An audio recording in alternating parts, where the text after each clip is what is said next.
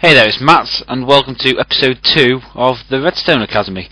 Now, I'm still here, like last time. I'm not in the Redstone Academy. Yeah, a bit of frame rate. Alright, there we go.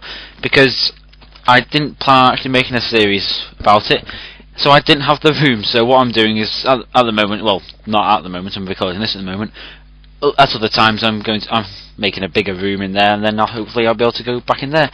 It doesn't make that much difference. I mean, I can still show you the stuff, but I prefer that to this place on my single player, but it doesn't matter, we can still go. So I don't know, this is the inverter and these are the repeaters, obviously in fact, you know what, that looks better now. So okay, we've covered all that, so we are going on to our next episode, which is logic gates.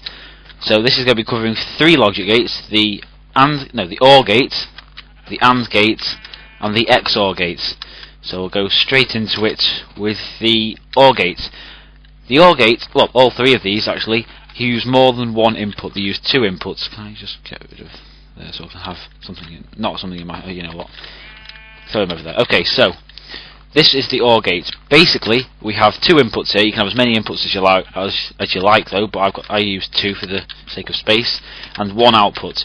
And basically, the output activates when either of the inputs are on. So if this input's on, the output's on, and same with the other one. And what it basically is, it's one of these. It's a double NOT gate, so it's a repeater, except the inputs are tied to the first torch. So that is the OR gate. I would draw out a truth table, which is how you see it in normal things, but I never learnt that way because this is Minecraft. I didn't find truth tables any points. I just knew what they did. So this is the OR gate. So if you do want truth tables, just let me know in the comments and I'll put them at the start of the next video if you want. So going on to the next one, this is the AND gate, and basically, stupid arrows, there we go, okay, oh, you know what, never mind, I'll keep it in my hand. So the AND gate is just like the OR gates, except you can see a bit of a difference here. These are the most compact versions of each one, by the way. Maybe not so much for that now. And basically what the AND gate does is it only activates the output when both inputs are on. So as you can see, one input's on, output's still off, put the next one, and then it turns on. The way this works is it uses, as you may notice, every single logic gate uses the inverters. The inverter is basically the base of all of them. And what this does is, this only has 2 inverters. This has 2 inverters in each one, so we have an inverter for this input and an inverter for it, and an inverter for this one, and they share this last inverter. So what happens with this one is either one of these will turn off the only torch powering this one. As we know, if a torch gets powered, it turns off. So either one of these inputs will turn that off to turn this one on. Whereas each input has its own torch here, so that even if you turn one off, this is still receiving power from this one. So if you wanted to add more inputs to the NOT gate, all you'd have to do is just simply bring them off from here and connect them to this torch so that it'll turn off, so the output will turn on. Whereas for AND gates, if you wanted to add another input, what you'd have to do is, I can't really do it here, but what I'd have to do is, if I wanted to make it one with 3, for instance, is that 5? Yeah. What you'd have to do is, I'd have one input here, one input here. So those are the first 2. Those are tied to this. This is the output. What you'd have to do for another one is you could bring it out this way, but you'd have to have another torch for it, like that, so that even if these 2 was turned off, like that, that would still be off because it's receiving power from this one, like so. So if you want to have another one on the OR gate, just have the input going to the one torch. If you want to have another input to the AND gate, make sure it gets inverted first before going to the torch, like over there. And finally is the XOR gate. Now what I'll do is, it looks a bit confusing, this one, compared to the other one. So what I'll do is, after I've explained what it does, I'll go over there and expand it so you can see the components of it. And you'll see it's basically just an AND gate with a few more inverters on it. And what this does, it only activates when the 2 inputs are not equal. So basically, if I turn one on, the output turns on, like that. But if I turn on the other one as well, the output turns back off again. So it only works when you have one on. So I can have that one on, that one on, it'll still be on. But if both are turned on, or both of them are turned off, the output's off. Now, people may not like using this one, mainly because there's only one use I can think of this one, whereas these have plenty of uses, but I'll come back to you on that. This one only has one that I can think of until the piston mod is set up. For instance, say if you had a bridge, this is with the piston mods included, say like if you had a bridge that activates with this input. Hang on, let me just turn this round. So 1, 2, 3, 4, 5, 6, 7, 8, 9, 10, 11, 12, 13, 14, 15. So you'll be able to see it from here. And say that this redstone activated the bridge, and you had a lever on either side of it. Pretend there's a big wall here, and I was to turn on the bridge like that. Yeah, it's on now. It's just a bit darker because it's a long signal. And say like I wanted to turn it off on the other side. This is where this would come in, because if you were to use any of the others, it wouldn't turn off if you had a switch or something. It wouldn't turn it off because it's receiving power from this switch. But you can turn it on and off using either one of these, because of the fact it turns off when both inputs are on. So it's limited uses, but what its use has got is quite useful, of how you can alternate a current using two levers regardless of whether the other one's on or off. So anyway, let's go ahead and expand this so you can see what it looks like. So we've got our two inputs. I'll shove levers on, I've got plenty of levers. And basically what it is you have, this is just a really condensed version, so what you have here is an AND gate with the output one block along. So what we'll do is we'll build an AND gate, and we don't need to have, the only reason the block comes out here is because we have two torches there, but I'll build those in a separate place. So we have our AND gate, oops, not there, like that. So we have an AND gate, and then you see these blocks have got two torches on. That's because these are made up for an AND gate, but since it's receiving power like that, go away, silly sheep. Since this is going into the block and coming out the other side, these torches here are effectively just NOT gates that we covered in the first episode. So what I can do is I can bring these round and place NOT gates on the side of these, like so. So I'll bring them round like this, and these will basically be the opposite of what's inside, what's in this. Or, well, not necessarily, because if I was to push this down, the inside one stays off, but that also turns off as well. And then from there, what happens is the AND gate goes to two of these, but they also receive power from their respective NOT gates. So we'll place two NOT gates down, like this, like that, and then these are also connected to them.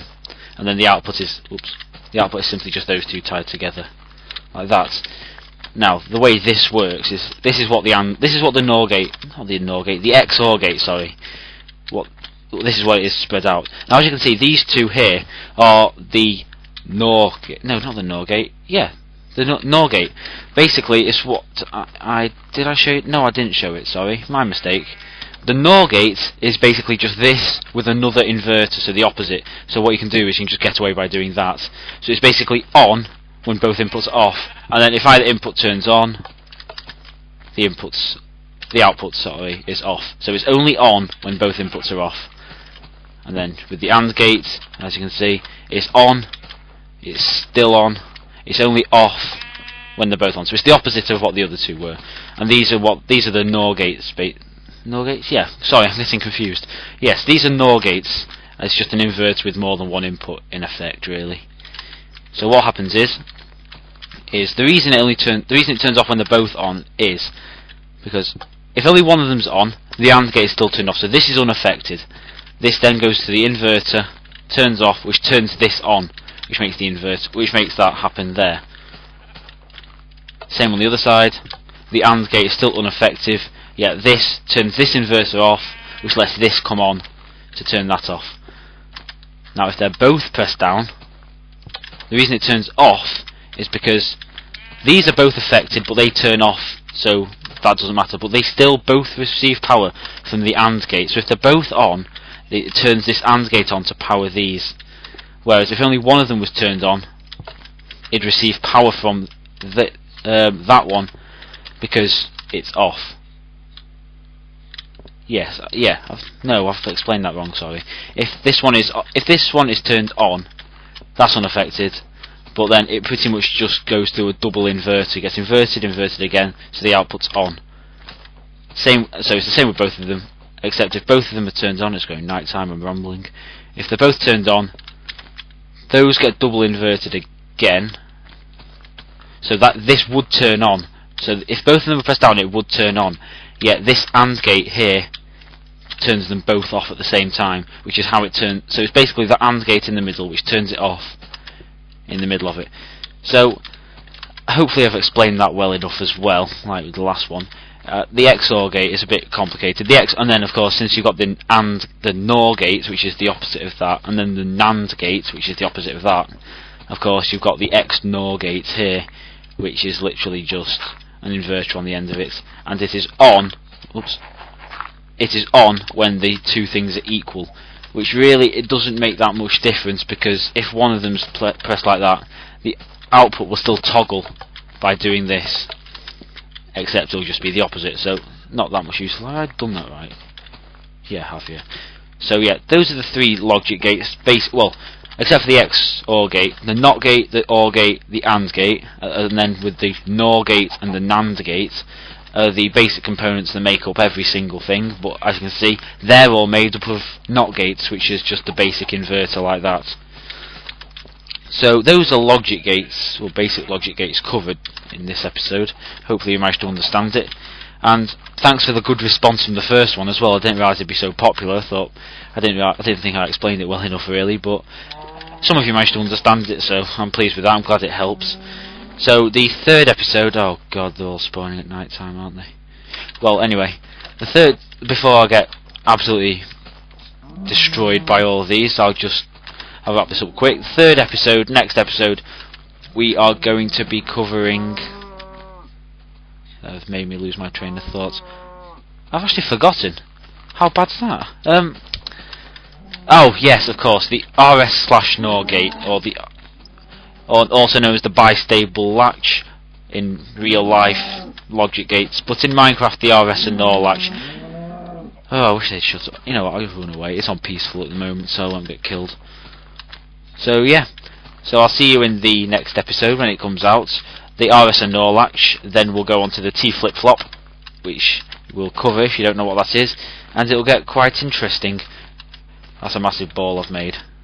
Yes, I did actually make that. I didn't MC edit it. Neither did that actually.